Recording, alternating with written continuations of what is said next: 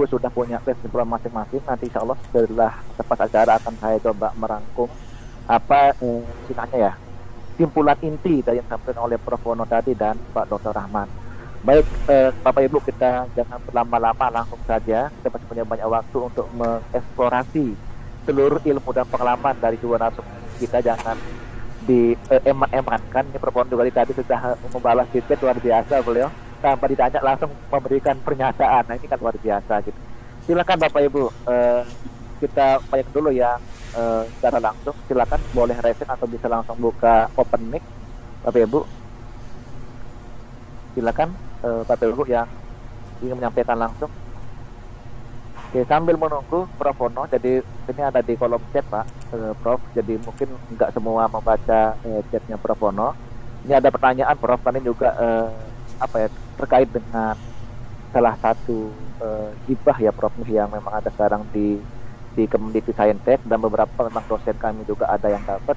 Dan ini saya rasa relate dengan apa yang disampaikan oleh Prof. Wono tadi. Jadi bagaimana pandangan Prof. Wono dengan konsep hilirisasi dan komersialisasi riset inovasi yang ada sekarang ini? Ya mungkin ini memancing ini Prof.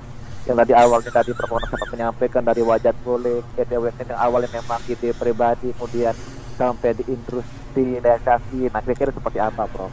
Nah, ini juga relate dengan pertanyaan saya Prof. Mungkin nyambung biar nanti nggak dua kali gitu. Saya cuman ini aja Prof. Saya cuman bingung. Ya, mungkin kalau dianggap stres juga iya Prof, karena saya nggak habis pikir bagaimana seorang Prof. Wono gitu, dengan karya yang luar biasa, kemudian yang tadinya dioprek-oprek, kemudian berhasil sampai ada yang industrialisasi. Nah itu amalan apa gitu Prof yang Prof. Wono itu punya gitu Prof? Itu apakah ada semacam ketika misalkan tadi mohon maaf ya ada wajah politik di apa namanya dikomersialisasi di apa namanya Prof, di produksi massal gitu kan. Nah, gimana apakah ada semacam apa royalti atau apakah itu memang murni amal jariah Prof? Nah ini yang mungkin nanti dosen-dosen kami juga perlu belajar banyak Prof, biar nanti ketika punya ilmu memang nggak dibatasi nih Prof. Jadi biar lebih apa ya optimal. Mohon dibantu share ya Prof. Jadi itu kira-kira sekaligus menjawab tadi pertanyaannya Pak Dr. Denny ya. Silakan Prof, ini kami penasaran semua. Silakan Prof. Terima kasih. Jadi ada dua pertanyaan, hilirisasi sama amalannya ya. Oke, Prof. Jadi hilirisasi sebetulnya bagaimana sebuah teknologi menjadi industri, kira-kira kayak gitu ya. Dari ngoprek-ngoprek di kampus sampai jadi industri yang kalau saya industrinya lebih ke industri rakyat ya. Soal itu kepercayaan Wono seperti itu. Bisa aja sih jadi satu industri gede, satu tinggi kayak IPTN pesawat terbang kan satu tinggi. Tapi ternyata dia juga akan butuh yang lain. Tapi kira-kira logikanya gini lah. Saya berangkat dari industri bikin chip. Jadi saya disekolahin S2, S3 itu buat bikin chip sebetulnya. Bikin chip itu ada masalah besar di Indonesia. Susah berkembangnya karena waktu itu menterinya Pak Sudomo menendang. Jadi industri chip ditendang dari Indonesia karena pakai robot.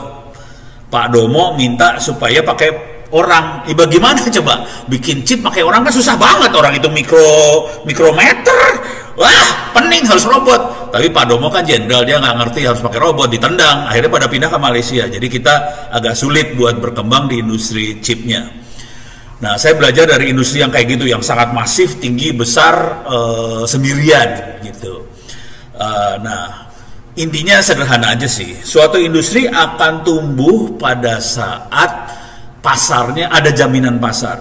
Kalau nggak ada jaminan pasar, mau bikin pabrik apapun tidak akan bisa berkembang. Intinya itu aja sih. Bagaimana supaya pasar berkembang? Itu yang pertama. Yang kedua, jadi waktu dulu, waktu masih idealis, waktu itu saya jadi konsultannya Departemen Kehutanan untuk pengadaan walkie-talkie, HT walkie-talkie ya, karena penjaga hutan butuh walkie-talkie, Departemen Kehutanan butuh walkie-talkie. Saya jadi pendamping lah, bukan konsultan ya, pendamping untuk ngelawan pemasoknya. Pemasoknya ada dua, dari Motorola sama dari Philips. Yang mana Motorola jelas. Saya ngomong sama Motorola waktu itu, Motorola, ini waktu Ono masih idealis banget. Motorola, kamu kan dapat duit, barang lu dibeli, mau nggak lu bikin pabrik di Indonesia? Saya bilang gitu ke Motorola. Motorola ngomong gini malahan, serius lu no? Serius? Oh, dengan gaya blow on kan gitu ya. Serius? Oke, dia bawa saya dibawa sama Motorola ke Malaysia, nggak jauh-jauh ke Malaysia. Satu ke Petaling Jaya, PJ, satu lagi Penang. Saya lihat langsung di situ pabriknya Motorola di Malaysia. Yang menarik buat saya bukan pabrik Motorolanya yang buat saya menarik. Yang menarik buat saya adalah orangnya rambutnya hitam semua, bukan bule, hitam semua. Bisik-bisiklah saya sama orang Malaysianya, kok kalian bisa jadi petinggi di pabriknya Amerika? Ini jadi orang nomor satunya orang Malaysia. Kok bisa petinggi? Ngomonglah orang Malaysia gini, no, ini urusannya adalah konsistensi 25 tahun. Pemerintah secara konsisten mendukung industri 25 tahun. Ini bisa dilakukan oleh Malaysia, soalnya Perdana Menteri Malaysia waktu itu adalah Mahathir Muhammad yang menguasai Malaysia selama puluhan tahun. Bisa konsisten kayak gitu. Kalau di Indonesia kondisi hari ini partainya ganti-ganti nih tiap 5 tahun. Pening yang bikin kebijakan, pening kepala nih. Jadi konsistensi kebijakannya jadi repot nih urusannya di Indonesia hari ini. Kalau mau bikin pabrik besar ya. Oke, kalau pabrik kecil masih rada lebih fleksibel lah. Nah, tapi cerita waktu itu adalah gini. Udah selesai saya ngeliat ke Malaysia, balik ke Indonesia. Dia ngomong gini, orang Motorola-nya ngomong ke saya, no, bisa nyiapin tanah? Bisa. Ono dengan gaya blow on-nya, bisa. Kita butuh transportasi, ada jalan tol tuh Jagorawi. Waktu itu udah mulai Cipularang, Kerawang tuh, udah. Oke, bisa, jalan tol bisa. Listrik? Ya ada PLN, ya kadang-kadang mati sih, tapi ada lah listrik. Terus air, ada kali di Indonesia air bejibun-jibrut dah. Terus yang terakhir dia bilang, ada orang nggak no? Kita butuh minimal 100 orang. La ilaha illallah. ITB, Institut Teknologi Bandung waktu itu cuman bisa ngasih 5 orang ke Motorola buat bikin chipnya. Sejak itu saya langsung ditampar. Kuncinya adalah di manusia akhirnya ternyata. Itu. Jadi sejak itu saya ketampar bahwa itu manusia, makanya saya akhirnya switch semuanya. Saya harus bikin pinter bangsa Indonesia. Orang kuncinya di situ. Nah, pola saya ngasih semuanya free, gratis. Oke, orangnya tumbuh semuanya. Gratis. Orang Pak Yusuf sama Pak Yunus sama teman-teman nanya, si Ono hidup dari mana ya? Kita udah gaji dosen pas-pasan, udah gitu ngasih ilmu gratis. Kapan gue bisa makan? Udah kebayang lah pertanyaan Pak Yunus seperti itu kira-kira. Anda semua tanya gitu. Jangan khawatir Pak. Kalau saya akan menerjemahkan ke bahasa kapitalis, kira-kira gini kapitalis. Pada saat kita ngasih ilmu gratis, kita banding harga. Kira-kira gitu banding harga. Kalau kita banding harga, pasar dikuasain kita dong. Pada saat pasar dikuasain kita, semua orang akan melihat, oh, wajan, RT RW-net, ono, itu rezeki itu namanya. Rezeki datang dari situ. Gitu. Nah ini kalau mau ngomong belak-belakan kurang ajar juga, ini perhatiin waktu saya ngomong tadi, AI kita lepasin gratis. Buku buat SD, SMP, SMA, SMK, guru AI saya kasih gratis. Coba saya pengen cek ada berapa kampus di Republik ini yang ngelepasin buku buat sekolah SD, SMP, SMA, SMK AI. Ada nggak kampus yang ngasih buku gratis? Kagak ada. Cuma ITTS yang cukup gila ngasih buku gratis. Akibatnya apa? Semua orang ngelihatnya ke ITTS dong. Ini bukan cuman ini doang ya. Bukan cuman perguruan tinggi aja. Ini industri ngelihat. Ini langsung rezeki datang semua nih. No, bisa ngomong nggak? No, dosen bisa ngomong nggak semua? Rezeki datangnya dahsyat banget loh. Kayak air bah datangnya. Itu kalau kita ngomong dari sisi kapitalis. Sekarang amalannya apa? Sederhana apa amalannya? Coba saya nanya ke Pak Yunus dah. Sebaik-baiknya manusia yang seperti apa? Yang bermanfaat bagi orang lain. Nah itu khairunas anfa'uhum linnas. Itu aja sih amalannya. Gimana caranya kita bisa bermanfaat buat orang banyak. Kalau kita bermanfaat buat untuk 100 mahasiswa, waktu saya ngajar ITB, saya yang bermanfaat untuk 100 mahasiswa. Ya rezeki saya dari 100 mahasiswa. Kalau kita bisa bermanfaat buat satu kampus ITB, misalnya 10.000 mahasiswa, rezeki ono misalnya 10.000 mahasiswa. Walaupun ITTS hanya mahasiswa cuma 500, tapi kita ngelepas ilmunya buat jutaan orang, rezekinya dari jutaan orang. Dahsyat itu kalau dari sisi rezeki ya. Tapi kita nggak ngejar rezeki banget sih. Mohon doanya aja supaya amal ibadahnya diterima dan lipat gandakan. Udah itu aja yang penting mah. Rezeki mah secukupnya aja lah. Yang penting bisa makan 3 kali sehari, anak sekolah, istri nggak marah-marah. Udah itu aja cukup. Tapi yang penting khairunas anfa'uhum linnas. Itu aja sih amalannya, itu aja sih. Terima kasih, saya kembalikan pada Pak Yunus. Luar biasa sih. Tadi betul Prof, setuju banget. Jadi jika kita memudahkan urusan orang, maka Allah juga akan memudahkan urusan kita. Betul. Terima kasih Prof, luar biasa Prof. Jadi sampai menunggu banyak yang lain, Prof, ini mau izin. Jadi ini juga belum ada dari beberapa teman. Ini saya juga bergeser dulu ke Pak Dr. Rahman. Pak, tadi kan beberapa hal saya sempat note nih Pak. Jadi yang pertama, yang ingin saya coba, semoga juga bisa mewakili teman-teman yang mungkin belum sempat bertanya. Tadi saya dengar ada semacam SDG Center Pak yang perguruan tinggi.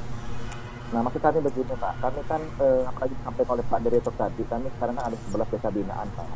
Dan banyak sekali semacam rekognisi yang memang hasil riset dosen itu kan diberdayakan di desa. Nah mungkin mohon arahan ya Pak, jadi terkait dengan yang SDG Center, kemudian ada juga kami mendengar ada SDG Knowledge Hub. Nah, untuk bisa polisi bisa masuk, sehingga nanti mungkin ada karya-karya dari dosen kami yang bisa direkognisi, itu kira-kira apakah ada syarat atau step Pak? Tadi kan kami ada dari Telkom, ada di beberapa kampus, itu kan yang sempat dipotret oleh Bapak Pak. Nah ini mohon arahan Pak. Jadi maksud kami kan selain bermanfaat secara kasat mata seperti yang disampaikan Prof. Ono tadi, mungkin secara kelembagaan juga kami bisa berdampak secara secara lebih nasional gitu Pak Rahman. Mungkin mohon arahan ya Pak. Langsung ya Pak Yunus. Silakan Pak, ya Pak. Ini nggak enak nih Pak Ono nih. Saya memberikan arahan sama dosen, ini bahaya ini. Emang tugasnya seperti itu Pak Rahman. Itu Prof. Ono mungkin jalan hidupnya ada yang overlap lah sama Pak Ono, sama-sama lahir di Bandung. Saya 15 tahun jadi dosen, kemudian pindah ke birokrasi, jadi kaki saya ada 2 Pak. Jadi pemikiran yang fungsional, tapi pada saat yang sama harus birokratis kalau sekarang gitu, kira-kira seperti itu. Nah, tidak gampang memang ya. Tapi intinya begini Pak Yunus. Jadi kami itu sebenarnya membutuhkan knowledge yang ada di daerah, di local condition. Karena kalau misalnya di pemerintah pusat, misalnya kami tim koordinasi nasional, harus keliling satu provinsi setiap hari, satu kabupaten kota tiap hari, setahun aja nggak cukup. Ada 38 provinsi, ada 514 kabupaten kota yang harus itu. Belum lagi kalau itu hitungannya harus sampai tingkat desa Pak Ono. Kalau nggak ada teknologi digital dengan 70.000 desa, kita nggak mungkin mencapai. Nah, oleh karena itu perlu berbagi peran itu dalam arti tadi pemerintah punya perannya sebagai regulator, sebagai policy maker, kemudian implementatornya nanti ada di kementerian lembaga. Nah pada saat yang sama juga knowledge itu adanya di perguruan tinggi. Tadi yang dilakukan Prof. Ono kan dari sisi knowledge untuk mendorong para pihak ya lebih melek dan bisa koneksi juga. Sementara yang ekonomi memang yang banyak mendorong itu dan punya resource itu pelaku usaha, bisnis dan seterusnya. Nah kami menempatkan perguruan tinggi itu sebenarnya 2 hal ya. Yang pertama bisa menjadi fasilitator di daerah dan inovator di daerah, karena kan tidak bisa dijangkau. Nah, kenapa alasannya tadi? Karena knowledge-nya sudah ada di perguruan tinggi. Nah, sementara di pemerintah daerah itu orangnya kalau ganti, bahkan gubernurnya ganti, bupatinya ganti, Pak Ono tadi sudah bilang bisa amburadul lagi kebijakannya, knowledge-nya segala macam. Nah, yang stabil itu ada di perguruan tinggi dan termasuk memiliki trust dari banyak pihak. Nah tugasnya 2, yang satu adalah pertama menginternalisasi dalam kehidupan kampus. Jadi di sisi riset, di sisi pendidikan, di sisi pengabdian masyarakat tentu akan lebih baik kalau misalnya mendukung capaian dan target-target SDGs. Jadi apa yang dilakukan Prof. Ono itu sebenarnya banyak sekali, mungkin hampir semuanya overlap dengan keinginan kita untuk jadi negara maju lah, kira-kira seperti itu. Sisi yang kedua adalah jangan egois dong, jangan cuma untuk kehidupan kampus, tapi juga bisa jadi fasilitator dan inovator, bahkan akselerator pihak lain. Nah, itulah yang disebut sebagai Center of Excellence for SDGs. Jadi punya pusat yang mengelola itu secara khusus, menginternalisasi dan menjadi fasilitasi para pihak. Karena terlalu panjang lah, nanti namanya jadi SDG Center sajalah istilahnya, kira-kira seperti itu. Jadi pusat pengkajian mau pusat implementasi apapun lah. Nah, tetapi tentu ketika kami membangun SDG Center atau mendorong SDG Center di berbagai perguruan tinggi, itu karena namanya center harus satu institusi satu pintu.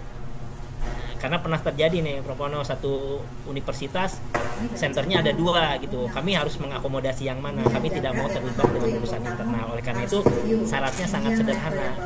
Sepanjang ada ketetapan atau SK Rektor, udah bisa langsung terregistrasi sebagai center di Bappenas. Ketika terregister di center di Bappenas, kami bisa hubungkan pertama tentu saja jadi list of expert, list of center di Bappenas. Yang kedua, kalau ada mitra yang membutuhkan bisa kita jadi matchmaker. Yang ketiga, dihubungkan dengan teman-teman SDG Center lain karena bisa saling sharing knowledge, saling belajar.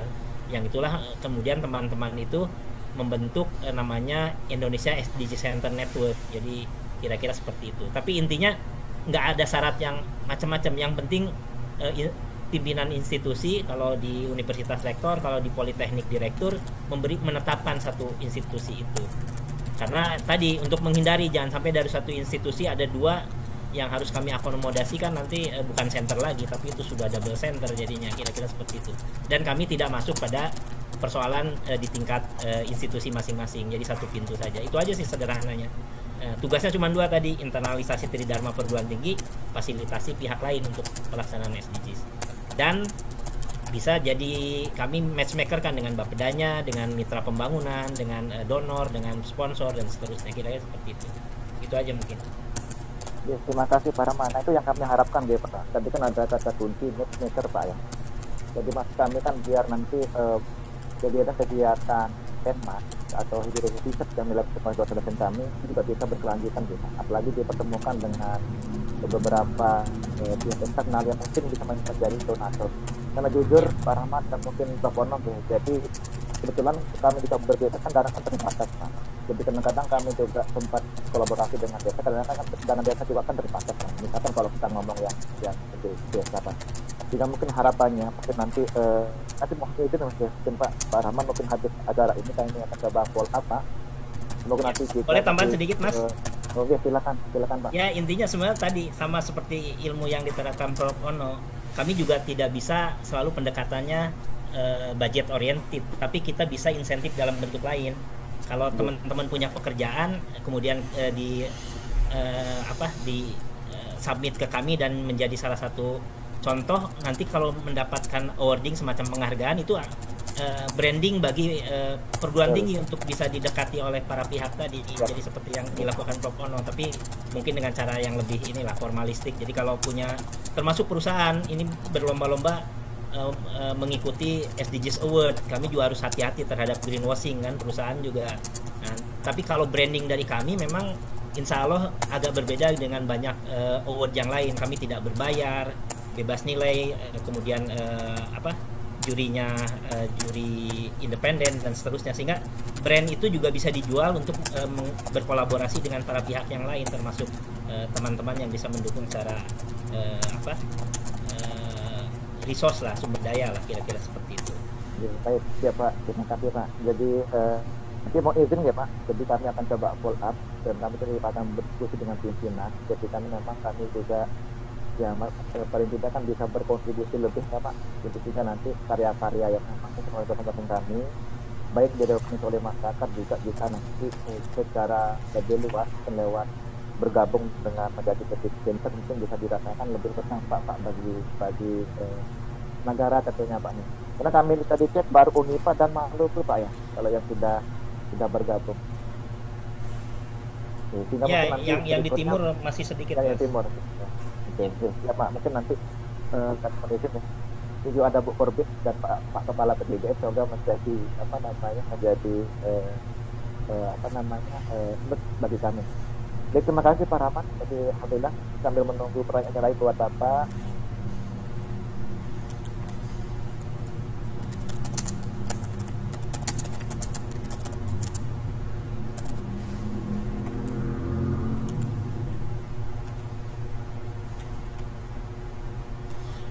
Suara Pak Yunus nggak kedengeran nih. Terima kasih Prof. Masih kemut ternyata. Oke, terima kasih Pak Rahman. Jadi di sini sudah ada kepala dan korbit pengabdi ya. Kalau nanti bisa menjadi tema buat kami. Harapannya sih memang nanti bisa menjadi punya SDG Center sehingga nanti kami bisa berdampak lebih luas tema. Jadi kembali dari sebagainya dari Pak Rahman dan Prof. Pono, insya Allah nggak harus bermuara atau berorientasi untuk money oriented misalnya. Jadi ini kan juga banyak hal di branding macam yang memang perlu juga untuk institusi. Terima kasih Pak Rahman, sampai menunggu ke Bapak lagi. Kami coba langsung ke beberapa pertanyaan yang mengarah ke Prof. Pono. Jadi Prof. Pono, jika semua dijawab boleh Prof, daripada ketik capek. biar nggak dipasang ketik sama beberapa penanya. Silakan Prof. Jangan pakai AI ini Prof. Pono berjawabnya. Ini gak AI, ini gua ngetik ini. Oke, terima kasih Pak Yunus. Ini saya yang di atas ya. Paling oke. Paling strategis keuangan. Oke, ini Pak Hafidur Rahman. Potensi apa yang paling strategis dikembangkan oleh perguruan tinggi vokasi seperti Politeknik Negeri Jember yang kebanyakan pertanian? Oke, saya udah jawab tadi di chat sebetulnya. Tapi kira-kira gini logika berpikir. Tapi saya jujur dulu, saya bukan orang pertanian, saya bukan orang peternakan sih. Tapi intinya dunia di sebelah sana, pada dunia yang besar, intinya sederhana aja. Bagaimana supaya pertanian sama peternakan menjadi lebih efisien lagi, supaya hasil produksinya lebih banyak lagi.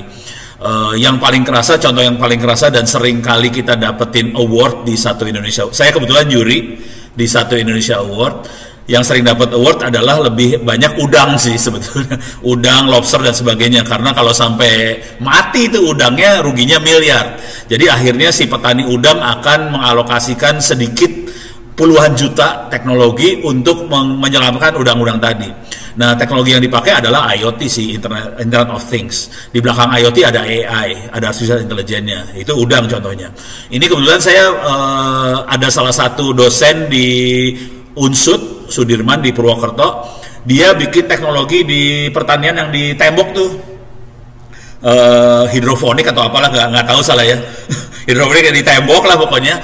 Tapi dia pakai teknologi, pakai IoT segala macam. Ini dipakainya di hotel-hotel. Daripada hotel-hotel ngambil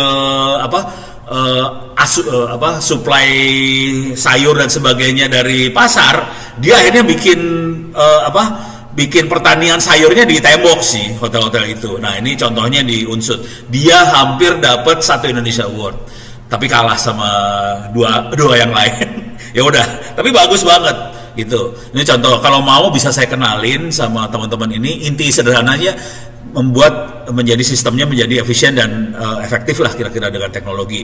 Teknologinya nggak mahal sih, murah sih sebetulnya. Kalau alat-alatnya harganya prosesornya sendiri harganya Rp35.000, jadi murah banget sih. Ini sekalian saya jawab Pak Aji ya dari Prodi Teknologi Hasil Pertanian Universitas Jember. Bagaimana memastikan proses monitoring dan evaluasi berlangsung dengan konsisten jika mengadakan pelatihan pendampingan melalui online? Oke, apabila target didampingi berada di terpencil, pesisir pantai, sering kurang responsif dengan teknologi. Bagaimana strategi yang tepat UMKM literasi digital? Oke, ini kayaknya lebih approach-nya seperti apa? Ini jujur dulu ya, jujur dulu. Saya kalau ke daerah, kalau udah interaksi sama daerah, biasanya nggak langsung sama target sih, karena targetnya kan masih gagap teknologi, mereka masih belum nyaman dengan teknologi. Saya biasanya pendekatan saya lebih ke arah SMK. Jadi yang saya rangkul SMK di daerah sih sebetulnya. Lebih ke SMK-nya, terutamanya anak-anaknya, ilmunya ditransfernya lewat mereka. Jadi lewat sekolah sih sebetulnya. Kalau langsung ke petaninya, langsung ke bawahnya langsung, itu mereka nggak akan responsif dengan teknologinya. Jadi lebih ke arah SMK, dan udah gitu SMK ini yang turun daerah, saya interaksinya saya SMK-nya jadi akhirnya gitu.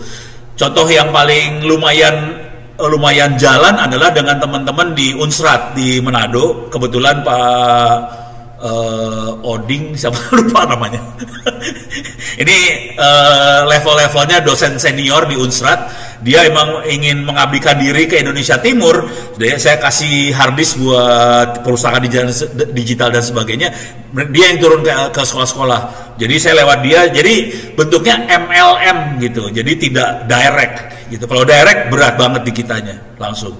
Jadi syariah lewat MLM, interaksi sama sekolah-sekolah, intinya kita pinterin, tolong sebarin, nanti tolong kasih tahu kita apa yang terjadi ya. Jadi bentuknya kayak gitu pola-polanya yang dipakai. Dengan cara itu kita bisa monitoring apa yang terjadi. Karena intinya sederhana sih, pada saat mereka implementasi, mereka pasti dapat kesulitan, mereka pasti punya masalah. Pada saat punya masalah, mereka berinteraksi sama kita yang ada di ujung, yang ngembangin teknologinya. Dengan cara itu saya bisa monitoring apa yang terjadi di Republik ini. Dan saya udah nyebarin ratusan perusahaan digital ke mana-mana. Sekarang ini kita lagi menambah, jadi yang harddisk berbentuk harddisk perusahaan digital, ada buku-buku sekolah, ada e-learning, ada Wikipedia, dibuat offline semuanya, jadi mereka bisa jalan tanpa internet sama sekali. Sekarang kita lagi berjuang supaya AI bisa dimasukin ke harddisk itu, cuman kita punya masalah dengan AI, kita harus bikin AI-nya supaya enteng sekali, supaya bisa jalan di CPU. Nah ini masalah, AI-nya jadi nggak pinter. Kalau AI dengan GPU bagus, tapi mahal, harganya 20 juta. Gimana caranya pakai komputer bekas, hanya CPU aja bisa jawab pertanyaan-pertanyaan yang sederhana gitu. Itu yang lagi kita kerjain sih sekarang ini. Jadi kira-kira polanya seperti itu gitu. Ada lagi nggak yang kurang ya? Udahlah sementara itu dulu lah. Pak Yudo sok, mangga biar Pak Rahmat kalau ada pertanyaan buat Pak Rahmat nih kayaknya. Oke, baik ya Prof. Terima kasih luar biasa. Itu ada mau dibuat lagi sama Prof Pono biar nanti biar dibuka. Ya, terima kasih Prof. Ya, baik, ini ada pertanyaan buat Pak Rahmat Pak. Jadi itu dari Pak Aji juga. Jadi yang pertama, apakah sejauh ini ada semacam penyedia kredit teknologi dari pemerintah untuk UMKM, karena seringkali investasi teknologi seperti perangkat lunak, perangkat cerdas seperti menjadi kendala bagi UMKM. Dan yang kedua, tadi sempat Bapak menyampaikan ada program-program kerjasama yang berhasil. Apakah pernah Pak menjumpai kerjasama yang rugi dan apa penyebabnya? Lebih seperti itu Pak dari Pak Haji dari PP Gender. Silakan Pak Rahmat, mungkin ada apa-apa. Baik, terima kasih. Jadi kalau program pemerintah tentu saja ada kementerian yang mengelola itu ya. Terkait pemberdayaan UMKM pasti ada kementeriannya yang mengelola, tapi sejauh ini yang kami lakukan adalah mendorong dari berbagai pendekatan untuk tidak hanya memanfaatkan program yang ada di pemerintah, termasuk dari mitra pembangunan yang konsen untuk isu-isu tersebut, termasuk UMKM ya. Jadi mitra pembangunan itu bisa yang dari dalam negeri, bisa dari luar negeri. Nah, sebenarnya dalam bayangan kami, kalau perusahaan yang dimiliki negara saja, BUMN, bisa mendukung misalnya kegiatan balap Formula 1, kegiatan balap MotoGP, kenapa tidak mereka bisa mendukung juga pemberdayaan masyarakat misalnya, termasuk di UMKM. Nah, memang beberapa program yang ini kan sekarang Kementerian BUMN sudah tidak ada ya. Sebelumnya memang kami mendorong Kementerian BUMN untuk mengarahkan BUMN-nya melakukan pemberdayaan di UMKM juga. Jadi ada beberapa program di masing-masing BUMN yang terkait itu. Tapi pada saat yang sama juga kita lihat donor yang dari luar itu memang pangsa pasarnya mereka lebih terbatas, termasuk dari policy yang mereka miliki. Kalaupun mendorong UMKM dalam kemitraan multi pihak, biasanya teman-teman mitra pembangunan dari negara lain tuh punya keinginan juga, karena mereka misalnya milih daerahnya di A, di B, di C gitu. Nah, nanti kami sebagai matchmaker mengatur saja. Kalau dari Jepang ya di provinsi A, jangan dari Jerman juga dari provinsi yang sama, sehingga double support dan seterusnya. Dan kalau cerita-cerita baik yang ditampilkan, ya itu memang lipstick report ya. Kalau kita ceritakan yang jelek-jelek juga ada juga. Jadi yang tidak sesuai capaian ada ya, dan tidak sesuai target ada, tapi intinya sepanjang prinsip monitoring dan evaluasi itu dijalankan, biasanya sebelum end of the process itu selalu ada warning terkait capaian project. Nah, sehingga bisa kita perbaiki, kita bisa alihkan. Kalau kami memang ya kami tugasnya memang di perencanaan ya, eksekutornya di tempat lain, tapi tugas kami adalah memonitor perencanaan itu sesuai dengan rencana atau tidak. Nah, kita lakukan semesteran, ada yang triwulanan, sehingga sebelum proyek tersebut gagal total ya, bisa diperbaiki sebelum itu terjadi. Jadi praktek baik selalu ada, praktek kalau disebut gagal sepanjang monetnya baik tidak akan gagal, pasti akan ada perbaikan, tapi tidak mencapai target ada banyak yang tidak mencapai target, kira-kira seperti itu. Terima kasih Pak Rahmat, luar biasa Pak. Semoga menjawab ya Pak Haji. Ini ada dari Pak Aditya, kita performa sudah jawab, tapi kayaknya kurang afdol Prof, karena ini kan penting banget nih pertanyaannya. Mana yang lebih diutamakan antara ekonomi dengan teknologi? Itu saya baca, saya belum puas Prof, tidak disampaikan langsung. Silakan Prof, ya Bapak Ibu yang lain peserta juga ini, jangan biar tambah apa Pak Prof ya, tambah kuat gitu artinya. Silakan Prof. Jadi ujung-ujung, ya minta maaf dulu ya, banyak orang yang masih menyembah berhala duit. Ya normal lah, maksudnya sah-sah aja. Jadi parameter suksesnya banyak orang, UMKM, petani, apa segala macam, duitnya. Untungnya berapa sih? Misalnya kalau tanpa teknologi kita dapat untungnya 100, dengan teknologi kita dapat untung 1000. Teknologinya harganya cuma 10, ya saya beli teknologi itulah. Sesederhana itu sih. Jadi kalau saya melihat satu masalah, yang saya lihat pertama kali adalah ekonominya, bukan teknologinya. Teknologi saya buang jauh-jauh lah, kita buang jauh-jauh sebagai orang teknologi, kita buang jauh-jauh teknologi, kita lihat ekonominya. Bagaimana caranya, apa yang menyebabkan ekonomi bisa meningkat, kira-kira kayak gitu. Contoh yang tadi ya, udang lobster, mereka untungnya 1M, cuman kalau sampai mati lobsternya dia rugi M gitu. Oleh karena itu dia dengan senang hati naro invest teknologi harganya belasan juta, namanya IoT, padahal alatnya harganya 35.000 ini. Ya dia keluarin belasan juta nggak masalah, itu ini. Nah ini saya lagi ngetik tadi barusan, kira-kira sebulan 2 bulan yang lalu saya bertemu dengan sekitar 200-300 UMKM di Sumedang. Ini UMKM ya, jadi bukan pertanian, ini UMKM, mereka jual batik, Sumedang apa ya, ada makanan, kuliner, batik dan sebagainya lah. Cuman mereka sangat butuh berinteraksi dengan customer. Selama ini interaksinya pakai WhatsApp, nggak masalah, normal-normal aja pakai WhatsApp. Cuman ada manusia di belakangnya buat interaksi sama orang. Capek nih orang, harus ngadepin jutaan orang, capek orangnya. Ini jujur dulu ya, ini UMKM di Sumedang, tahu penghasilannya berapa? 1M 1 bulan. Gila, duitnya gede banget, 1M. Tapi kan harus ada orang yang duduk nongkrong di depan WhatsApp buat jawabin pertanyaan orang. Capek ini orang satu. Nah, akhirnya mereka deketin saya langsung. Pono, bisa nggak manusia ini diganti sama AI? Bisa, pakai N8N, AI-nya pakai Ulama, pakai komputer biasa, bisa. Dikasih aja knowledge base-nya ke situ. Kita lagi bikin itu buat UMKM tadi. Harganya berapa ya? Harganya pakai komputer biasa harganya 1 juta. Yaudah, oke, mau mereka. Jadi sesederhana itu cara berpikirnya, supaya income-nya tadi bisa 2M 3M jadinya. Pakai invest 1 juta 2 juta perak, income-nya gede langsung. Gitu cara berpikirnya gitu. Ya ini refleksi, introspeksi buat kita orang teknologi ya, jangan egois. Bangsa ini ngelihatnya duit. Gitu Pak Yunus. Siap Prof, luar biasa. Jadi tetap berarti ya udah makan ekonomi tapi cukup teknologi ya Prof. Iya sekarang ini gitu sih. Harapan saya nggak gitu, tapi mau diapain ya. Realita Prof ya. Oke baik, terima kasih Prof atas jawabannya. Nah, ini mungkin pertanyaan terakhir deh, jadi Bapak Ibu karena sudah mau jam 11, jadi ini yang buat Pak Rahman, ya mohon ada dari Bu Jenny Ulma dan Bu Yuwana Pak, jadi mohon arahan dan masukan terkait dengan penerapan SDGs yang efektif dan implementatif diterapkan di bidang pendidikan vokasi ini Pak.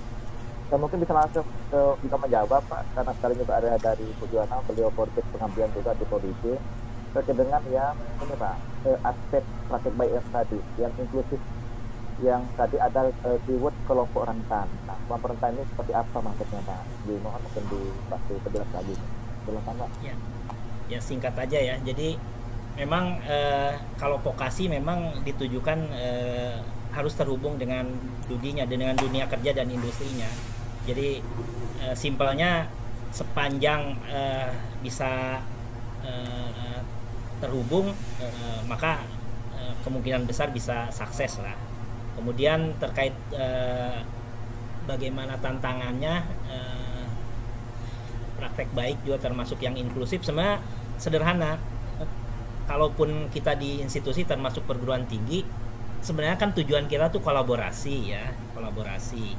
Nah, kolaborasi itu tidak mungkin terjadi kalau tidak ada koordinasi. Nah, itu dua kata K itu yang gampang diucapin, susah dilakukan karena tugasnya Bappenas di situ ya. Nah, sebenarnya saya punya pengalaman sering adalah masalah kita itu untuk menghambat kolaborasi dan koordinasi itu adalah konflik of interest, konflik kepentingan. Nah, seringkali orang melihat konflik kepentingan itu adalah misalnya saya berseberangan dengan Pak Ono, berseberangan dengan Pak Yunus.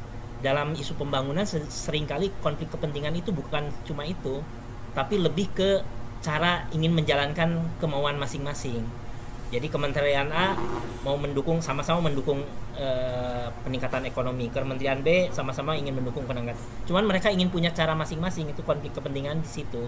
Nah, biasanya yang kita lakukan sebelum kolaborasi adalah koordinasi. Tapi sebelum koordinasi kita harus komunikasi. Nah, sebelum komunikasi harus silaturahmi.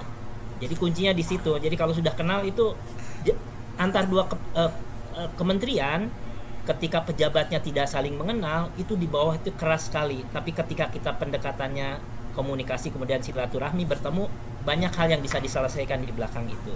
Termasuk juga saya yakin teman-teman di vokasi juga terhubung dengan perusahaan, dengan itu seringkali pembukanya adalah silaturahmi. Apakah itu silaturahmi dengan branding tadi ya, Pak Ono kan banyak menjual, memberikan sedekah dan itu membuka jalan, atau kita ketemu orang tanpa menghilangkan konflik of interest dan seterusnya. Nah, kemudian terkait dengan aspek inklusivitas. Nah, inklusivitas itu memang kuncinya kalau kami itu karena di sisi perencanaan ya, adalah mengenai agregasi atau disagregasi yang jelas. Katakanlah antara perempuan dan laki-laki, antara anak, antara usia, antara beda pendidikan, beda pekerjaan, karena itu akan menentukan bagaimana kita memberikan policy yang benar, strategi yang benar. Nah, memang yang paling berat adalah salah satunya membangun data yang baik. Nah, dengan adanya teknologi sekarang seperti yang dikembangkan Pak Ono, sebenarnya banyak hal yang bisa dibantu dengan ketersediaan teknologi, tinggal bagaimana man behind the gun-nya untuk memanfaatkan itu. Termasuk kami juga adalah negara yang di global itu dianggap memiliki tantangan yang demografinya luar biasa, geografinya luar biasa. Kita punya 500 lebih suku bangsa, suku, kemudian 500 lebih bahasa dan seterusnya, kok sampai sekarang masih baik-baik aja. Buat dunia ini amazing sebenarnya. Nah, salah satunya ya tadi kita harus melihat disagregasi itu secara lebih baik, dimulai dari data. Dengan data yang baik, tentu pendekatan teman-teman yang lain bisa berbeda, tapi kalau di Bappenas itu kuncinya salah satunya dengan data yang baik. Nah, karena bantu bencana sendiri kalau datanya nggak benar seringkali terjadi miss. Misalnya ada gempa, kita tidak tahu berapa anak-anak, berapa perempuan yang harus dibantu, maka beda bantuan antara untuk perempuan dengan anak-anak, dengan kelompok rentan dan seterusnya. Ya gampang diomongin Pak Ono ya, tapi susah banget dilaksanakan. Iya baik, siap Pak Rahman. Luar biasa. Tadi ada keyword silaturahmi, ini nyambung dengan yang Prof Ono. Jadi kalau kita silaturahmi, maka Allah akan membukakan jalan yang luas ya Pak. Rizki, jodoh juga dimudahkan, Masya Allah. Ya baik, terima kasih Pak Rahman dan Prof Ono. Jadi sebagai penutup Bapak Ibu, kita akan mendengarkan closing dari masing-masing narasumber kita. Oke, closing yang pertama mungkin dari Pak Rahman dulu, karena tadi Prof Ono yang mulai di awal. Oke, silakan Pak, mungkin ada closing mungkin Pak yang lebih kepadetan jelas Pak. Ya, baik, terima kasih Pak Yunus, izin Prof Ono. Intinya karena sekarang saya sudah lagi tidak di dunia akademik, sudah kakinya di birokrasi.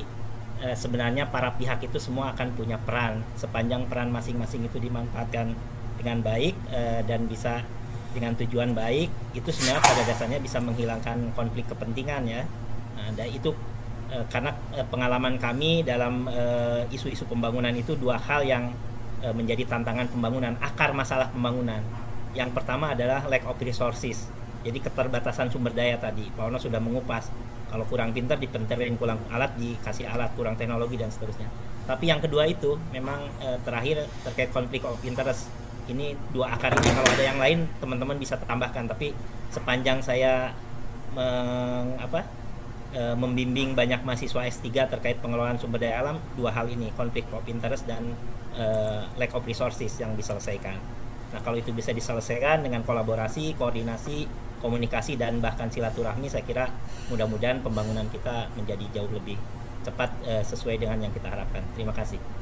Oke, baik, terima kasih Pak. Ini langsung saya catat Pak, koordinasi, kolaborasi, komunikasi plus silaturahmi Pak. Sudah menjadi keyword. Terima kasih Pak Rahman. Silakan Prof. Ono, Prof, tidak ada closing. Terima kasih.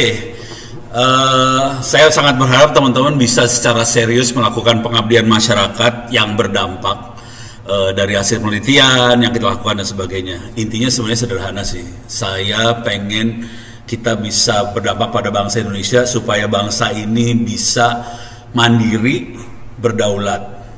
Akibatnya bangsa ini bisa maju. Coba kita hitung-hitungan blow on aja ya. Bangsa ini ada 200 juta orang lebih di Indonesia. Tetangga kita nggak ada yang sebesar itu. Singapura berapa? 5 juta. Thailand berapa? 20 berapa puluh juta. Kalah sama kita semua. Semuanya kalah sama Indonesia. Termasuk Australia kalah. Kalau kita bisa memberdayakan bangsa kita dengan serius, apa yang teman-teman lakukan bisa dilakukan secara serius dan dampaknya bisa jutaan, mereka semua tenggelam. Mereka semua akan hormat pada bangsa ini. Itu yang ada di kepala saya sih sebenarnya. Gitu. Terima kasih. Semoga kita bisa berdaulat, merdeka. Amin. Terima kasih Prof. Ono. Jadi baik, sekali lagi kami sampaikan banyak terima kasih kepada Prof. Ono atas segala ilmu dan pencerahan serta pengalaman